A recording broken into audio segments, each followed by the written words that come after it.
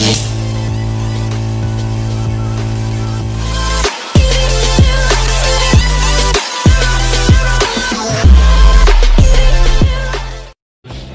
sih kelenjar endokrin itu dan bagaimana sih cara kerjanya?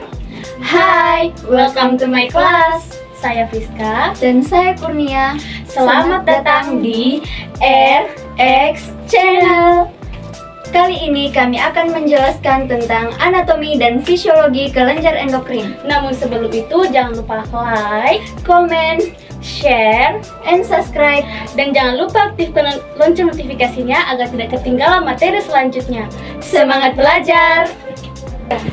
Menurut Didin, sistem endokrin merupakan sistem kelenjar yang bekerja pada tubuh manusia yang hasil sekresinya disebut dengan hormon. Fungsi dari sistem endokrin yaitu untuk mengatur berbagai fungsi tubuh melalui pelepasan hormon seperti metabolisme, tumbuh kembang, fungsi reproduksi seksual, tekanan darah, nafsu makan, dan siklus tidur. Jenis-jenis kelenjar dalam sistem endokrin pada dasarnya sama antara pria dan wanita, kecuali pada testis yang hanya ditemukan pada laki-laki dan ovarium yang hanya ditemukan pada wanita.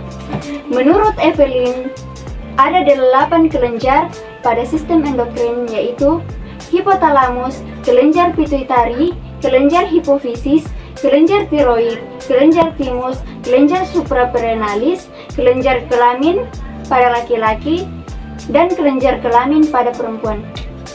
Yang pertama, kelenjar hipotalamus. Hipotalamus merupakan bagian otak yang mengeluarkan hormon untuk mengendalikan fungsi organ dan sel tubuh. Bagian-bagian hipotalamus terdiri atas yang pertama, lobus anterior. Hormon yang dihasilkan yaitu yang pertama, hormon adrenokortikotropik ACTH, yaitu suatu polipeptida yang mengandung 39 asam amino.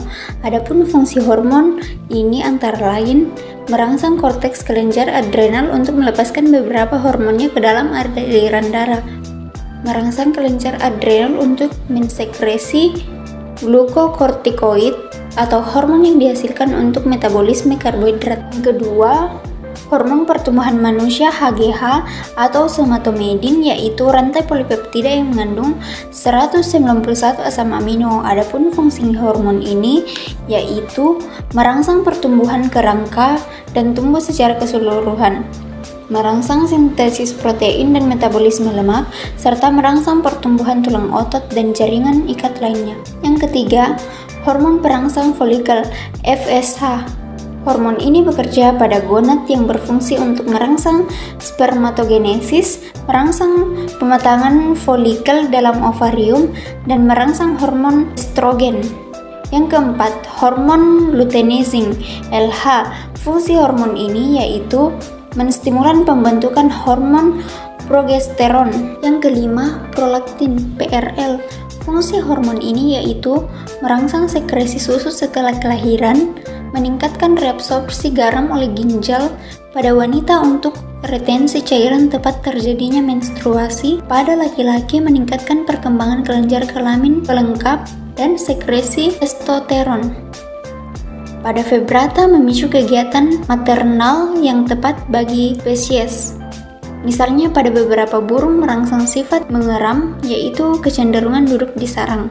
Pada spesies salamander merangsang hewan tersebut kembali ke air untuk meletakkan dan membuahi telur-telurnya. Yang keenam, hormon perangsang tiroid TSH berfungsi untuk merangsang kelenjar tiroid dan mensekresi hormon tiroksin. Yang ketujuh, beta lipotropin beta LPH, yaitu suatu polipeptida yang mengandung 91 asam amino. Fungsinya untuk meningkatkan metabolisme lemak. Bagian hormon hipotalamus yang kedua yaitu lobus posterior. Oksitosin, ADH, antidiuretik hormon atau vasopresin yang berfungsi untuk merangsang kontraksi otot pada uterus saat proses kelahiran dan mencegah pembentukan urin dalam jumlah banyak. Yang kedua, kelenjar pituitari. Kelenjar pituitari berkulon seperti kacang yang melekat pada hipotalamus oleh tangkai yang tipis. Dapat dilihat pada gambar. Kelenjar pituitari ini terdiri dari dua lobus seperti bola. Lobus posterior atau bagian belakang menyimpan hormon dari hipotalamus. Lobus anterior atau bagian depan mengeluarkan hormon hipofisis. Kelenjar ini terhubung dengan hipotalamus lewat tangkai pembuluh darah dan saraf yang disebut tangkai hipofisis. Yang ketiga, kelenjar hipofisis. Kelenjar hipofisis terletak di dasar otak besar. Kelenjar hipofisis disebut juga master gland karena sekresinya berperan mengatur sekresi kelenjar endokrin lainnya. Yang keempat, kelenjar tiroid atau kelenjar gondok. Kelenjar tiroid terletak di kiri dan di kanan trakea di daerah faring dekat jakun. Kelenjar ini menghasilkan hormon tiroksin, tirotironin, dan kalsironin. Hormon-hormon ini berfungsi mempengaruhi metabolisme sel, mempengaruhi pertumbuhan, dan mempengaruhi perubahan tiroksin. Yang kelima, kelenjar timus. Fungsi kelenjar timus yaitu untuk menimbun hormon somatotropis atau hormon pertumbuhan dalam masa pertumbuhan. Kelenjar timus berhenti bekerja setelah masa remaja. Yang keenam, kelenjar suprarrenales. Kelenjar anak ginjal atau kelenjar adrenal. Kelenjar ini terdiri atas dua bagian, yaitu korteks dan medula. Yang pertama, korteks atau bagian kulit. Bagian ini menghasilkan 1. Mineralokortikoid yang berfungsi menyerap ion natrium dari darah dan mengatur reabsorpsi air pada ginjal. 2. Glukokortikoid yang berperan menaikkan kadar glikogen. 3. Androgen yang bersama-sama dengan kelenjar gonad menentukan sifat kelamin sekunder pada pria. Yang kedua, medula atau bagian dalam. Bagian ini menghasilkan hormon adrenalin atau epinefrin yang berfungsi 1. Memicu aktivitas jantung dan menyempitkan pembuluh darah kulit serta kelenjar mukosa. 2. Mengendurkan otot polos batang tenggorok sehingga melapangkan pernapasan. 3. Menaikkan kadar gula darah dan mempengaruhi pemecahan glikogen dalam hati atau glikogenesis. Yang ketujuh, kelenjar gonad pada laki-laki yang berada pada tesis.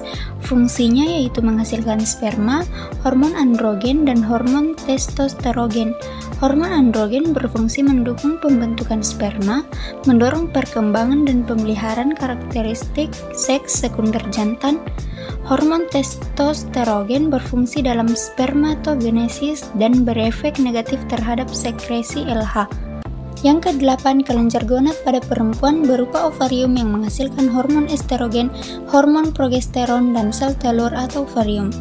Fungsi estrogen untuk merangsang pertumbuhan dinding sel, terus mendorong perkembangan dan pemeliharaan karakteristik seks sekunder betina.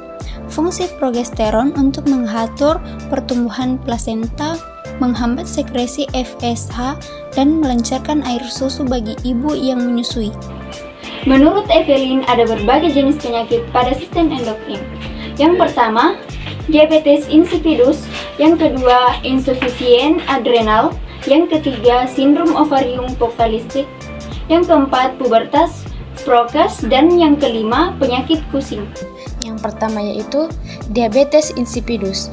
Diabetes insipidus merupakan suatu gangguan penyakit yang disebabkan oleh gangguan tingkat sirkulasi pada hormon ADH atau bisa disebut dengan antidiuretik hormon yang berfungsi untuk mengatur cairan dalam tubuh. Yang kedua, ada insufisiensi adrenal.